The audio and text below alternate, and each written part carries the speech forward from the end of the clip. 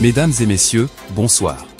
Suite à l'explosion des factures d'électricité qui touchent de nombreuses familles en difficulté, Bruno Le Maire a décidé de frapper fort.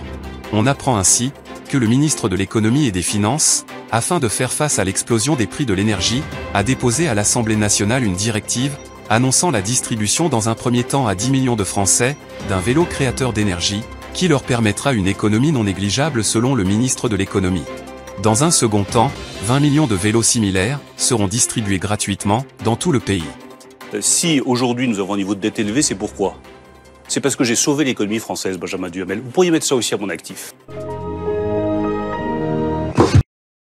Un appareil auditif de dernière génération a été mis au point grâce à la collaboration de l'École Polytechnique de Lausanne, de l'École médicale de Harvard et l'hôpital ORL de Boston.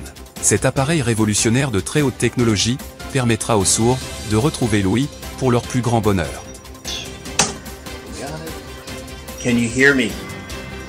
Yeah. Can you hear the sound of your own voice? Yeah. Oh, baby! Daddy, thank you so much. I'm so excited. Ceci étant dit, un inconvénient de taille perturberont les patients qui auront désormais la possibilité d'entendre les discours d'Emmanuel Macron. Ce dont vous rêvez n'existe pas. Whoa, are you okay? Is that too loud? No, not too loud. The boy that's annoying. You don't hear that? Le Comité climatique international se dit très préoccupé par le réchauffement climatique, suite aux nombreuses et inquiétantes éruptions solaires observées ces derniers jours par la NASA. Le comité, avec l'appui de l'OMS, réclame une session extraordinaire de toute urgence à l'ONU, afin de convaincre la communauté internationale d'offrir une jeune fille vierge au dieu du soleil Ra, afin qu'il soit plus clément pour le futur. Une proposition qui semble avoir convaincu plus d'un homme politique, toujours prêt à sacrifier les autres, tant qu'il ne s'agit pas d'une personne de leur propre famille. L'armée israélienne, qui est connue dans les médias pour être une armée super puissante, et surtout la plus morale du monde, afin de ne pas passer pour des lâches, ont dévoilé la liste des armes autorisées à la résistance palestinienne, pour pouvoir se défendre, tout en évitant les accusations d'antisémitisme, qui pourraient nuire à leur image. On apprend ainsi que toutes les armes de catégorie J, disponibles chez Joueland, seront désormais autorisées, ainsi que des pétards de catégorie 2.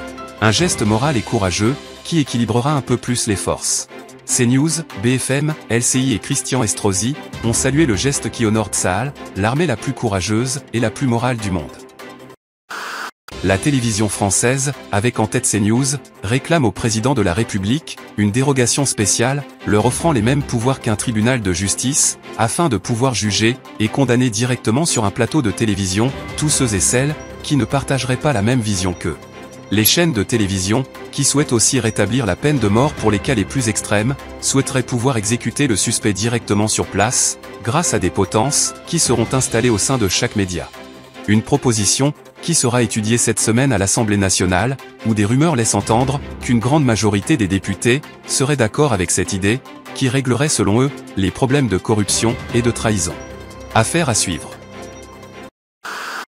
Tout simplement qu'il faut commencer par expulser ces étrangers dont on ne veut pas, dont les Français ne veulent pas, de ces étrangers qui viennent profiter.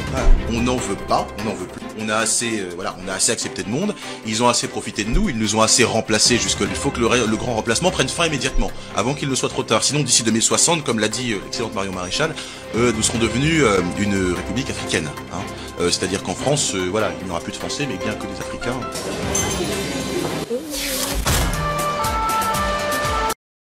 Algérie.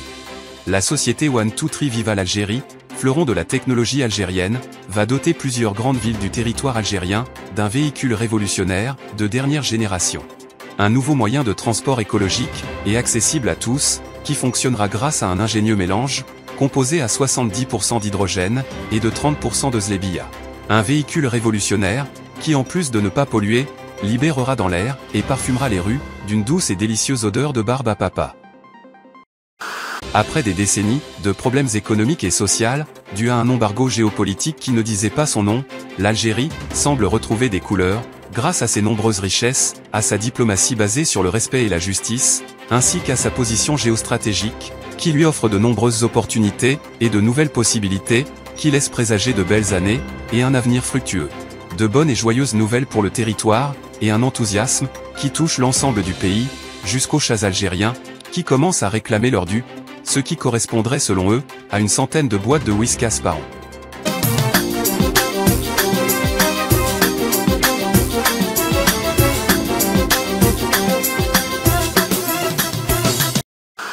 Après avoir été durant 10 ans, député de la 8e circonscription des Français établis hors de France, et surtout d'Israël, l'absence du député Meyer Habib inquiète plusieurs collègues journalistes qui l'ont vu disparaître du champ médiatique, depuis sa défaite aux dernières législatives.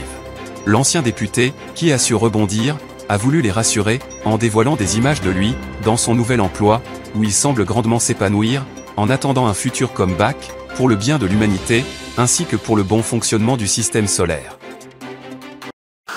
Après l'abandon de Joe Biden à l'élection présidentielle américaine, une autoroute vers la Maison-Blanche semble s'offrir à Donald Trump. Porté par une image de martyr qui a survécu miraculeusement à un attentat qui aurait pu lui coûter la vie, cet épisode qui aurait pu être tragique, lui offre une posture qui devrait l'emmener vers la victoire. Une situation qu'il savoure pleinement.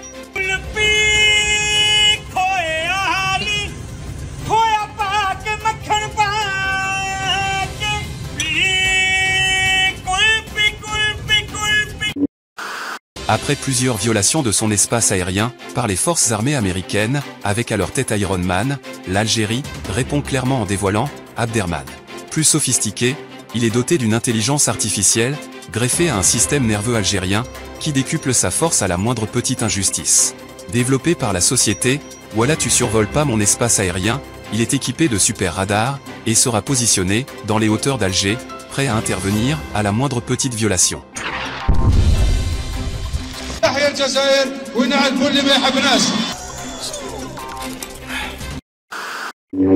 Grève de la faim, aux eaux de Nice.